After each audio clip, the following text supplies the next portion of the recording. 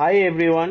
हम लोग कभी ना कभी एक सवाल पूछे होंगे, क्या हम अकेले हैं इस पूरे यूनिवर्स में, या फिर क्या हमारा यूनिवर्स जैसा और भी यूनिवर्स एग्जिस्ट करता है और हमारा जैसा क्रिएचर्स भी। तो इसका जवाब तो हम प्रैक्टिकली प्रूफ फिलहाल नहीं कर सकते हैं, लेकिन मैथ्स के probability and fine tuning theory, जो कि अभी के साइंटिस्ट के सबसे मनपसंद रिसर्च फील्ड है, इससे कुछ ओवरव्यू ड्रॉ कर सकते हैं। फाइन ट्यूनिंग थ्योरी के अकॉर्डिंग हमारे यूनिवर्स में कुछ फंडामेंटल ऑब्जेक्ट्स एंड घटनाओं में एक प्रिसिशन है। जैसे कि बिग बैंग के समय में जब हमारा यूनिवर्स एग्जिस्टेंस में आया, उस एक्सप्लोजन के वक्त डार्क एनर्जी, जो कि एक इनविजिबल फोर्स है, अगर ये फोर्स बहुत ज्यादा हो जाता तो शायद हमारा यूनिवर्स ऐसा होता ही नहीं जैसा हमें आज दिख रहा है। स्टार्स कभी आपस में फॉर्म ही नहीं हो पाते, गैलेक्सीज कभी बन ही नहीं पाते, क्योंकि डार्क एनर्जी वो फोर्स है जिसके वजह से यूनिवर्स एक्सपैंड कर रहा है। हर एक चीज एक दूसरे से काफी दूर होता। एट द सेम टाइम, अगर ये फोर्स बिग बैंग के दौरान ग्रेविटी से कम होता तो यूनिवर्स एग्जिस्टेंस में आकर ही फिर से कोलैप्स कर जाता। इसका मतलब डार्क एनर्जी का डेंसिटी इतना एक्यूरेट था, ना ज्यादा और ना ही कम, एकदम टू दी पॉइंट, जिसके वजह से हमारा यूनिवर्स एग्जिस्टेंस में आया। इसका और एक पॉपुलर एक्सप्लेनेशन भी है, जिसको मल्टीवर्स थ्योरी कहा जाता है।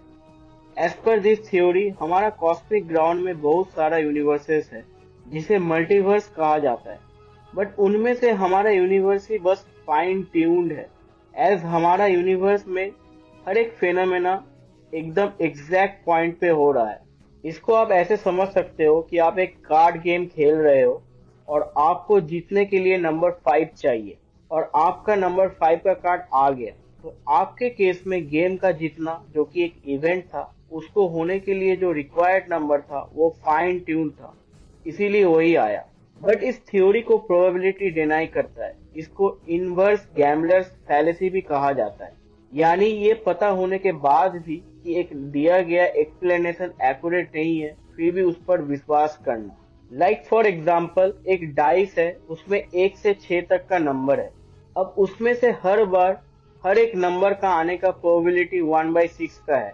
इससे फर्क नहीं पड़ता है कि पहले पास्ट में डाइस थ्रो करने पर क्या नंबर आया था, हर बार का प्रोबेबिलिटी सेम है।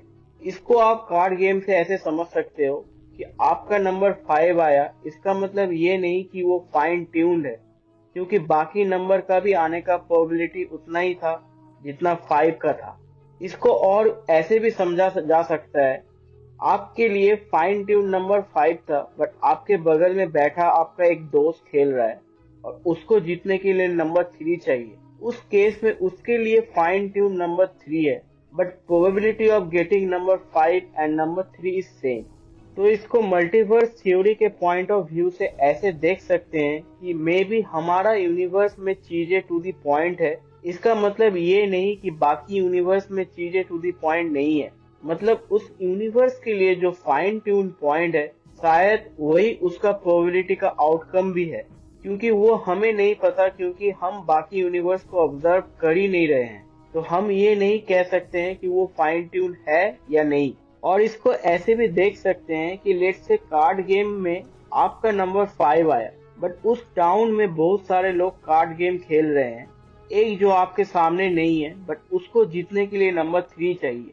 बट आपके पर्सपेक्टिव में फाइन ट्यून नंबर 5 है, क्योंकि 5 आने पर ही आप जीतोगे, बट उसको तो आप ऑब्जर्व ही नहीं किए, तो आप उसके फाइन ट्यून नंबर के बारे में कैसे कंक्लूजन निकाल सकते हो।